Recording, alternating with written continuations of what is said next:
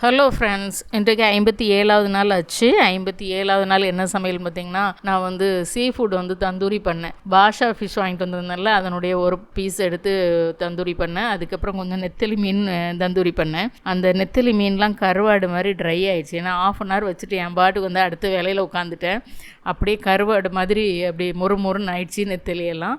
பாஷா மீன் நல்லாவே இருந்தது, டேஸ்ட்டான. வெறும் எண்ணெயாக இருந்தது. ஒரு ட்ராப் எண்ணெய் கூட நான் அதில் போடலை.